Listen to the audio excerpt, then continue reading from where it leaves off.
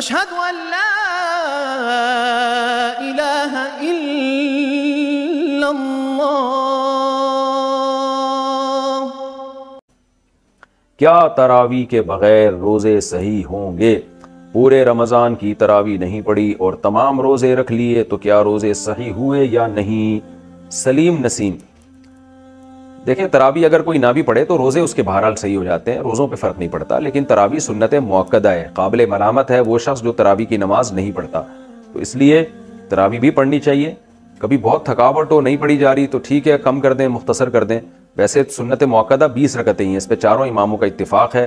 حضرت عمر رضی اللہ تعالی عنہ سے 20 رکعتیں ثابت ہیں، اور شروع میں اسلاف میں ہمیں 16 رکعتیں بھی ملتی ہیں، 20 سے زیادہ بھی ملتی ہیں، لیکن بعد میں جب تحقیق ہوتی چلی گئی تو چاروں امام اس پر متفق ہو گئے کہ کم سے کم تراویح کی رکعتیں 20 ہیں۔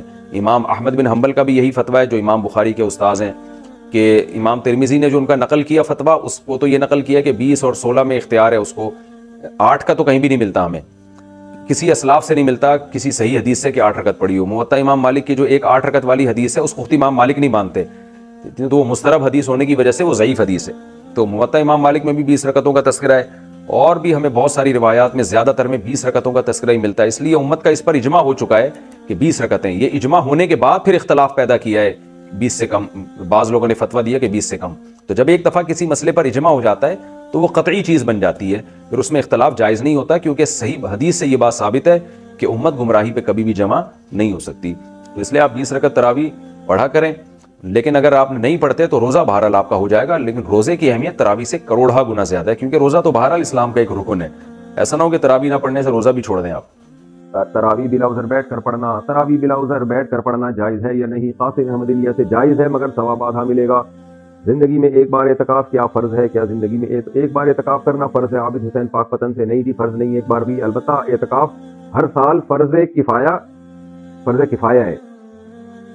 کفایہ کا مطلب یہ کہ ہر شخص پہ تو نہیں ہے، بلکہ چند لوگ بھی اگر فرض کہہ رہا ہوں، سنت مؤکدہ علی الکفایہ ہے، یعنی ہر سال مسجد میں 2-4 لوگ بھی اگر اعتکاف میں بیٹھ جائیں تو یہ سنت مؤکدہ پورے محلے کی طرف سے پوری ہو جاتی ہے۔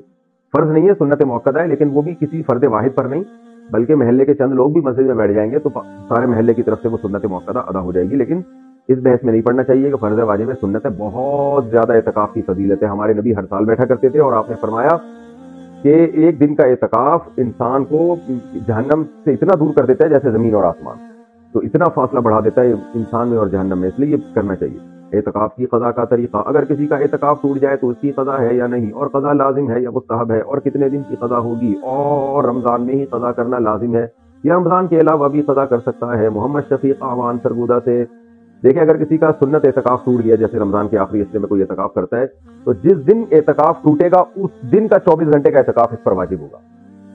تو اب اس کی مرضی، اچھا اس میں روزہ بھی رکھنا پڑے گا اس کو، اب اس کی مرضی ہے کہ اسی دن کر لے، جیسے اس کا اعتکاف ٹوٹ گیا دوپہر 4 بجے، تو اب کوئی بات نہیں، شام کو غروب آفتاب سے پہلے یہ اسی دن قضا کی نیت کرے کہ بھئی آج کا جو دن کا میرا اعتکاف ٹوٹا ہے میں اس کی قضا کر رہا ہوں، اور اسی دن کی قضا کی نیت سے یہ بس بیٹھ جائے مسجد میں۔ یہ والا اعتکاف تو ٹوٹ گیا، جو 10 دن کی اس نے نیت کی تھی وہ تو گیا، اب جس دن ٹوٹا ہے وہ والے دن کی قضا کر لے یہ، اور 24 گھنٹے مکمل کر لے مسجد میں روزے کے ساتھ، تو یہ اس کی قضا ایک دن کی پوری ہو گئی۔ آگے اس کا نفلی اعتکاف ہے، کرنا چاہے چلائے، نہیں کرنا چاہتا نہیں کرے، لیکن بہتر ہے کنٹینیو کر لے 10 دن تک۔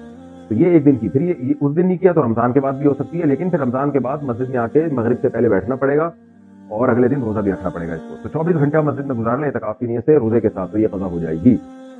اعتکاف سے نکلنے والے کو پھول کا ہار پہنانا، اعتکاف کے بعد جب لوگ گھروں کو جاتے ہیں تو لوگ ان کو پھولوں کے ہار ڈالتے ہیں، اس بارے میں کیا حکم ہے؟ ولی الرحمان، یہ بھی عجیب سی حرکت ہے، کوئی حلال حرام کا مسئلہ نہیں ہے، بس تھوڑی نامناسب سی بچکانہ سی حرکت لگتی ہے۔ اعتکاف کر کے آ رہا ہے اس کو بس سلام کریں، مبارکباد بھی دے سکتے ہیں، بھائی اللہ آپ کو اللہ نے قبول کیا، تشریف رکھیں، بس اپنی نارمل روٹین شروع کریں اور گناہوں سے پاک زندگی گزاریں، اتنا کافی ہے۔ پھولوں کا ہار پہنانا یہ ناپسندیدہ اور قبیح ہے، میں حرام کی بات نہیں کر رہا، ناپسندیدہ ہے۔ بہرحال روزے میں ناک میں وکس استعمال کرنا، زکام کی صورت میں ناک میں وکس استعمال کرنا کیسا ہے؟ کیا اس سے روزہ خراب ہوگا؟ کیونکہ اس کی خوشبو کافی تیز ہوتی ہے، بصیر کاکڑ شارجہ سے۔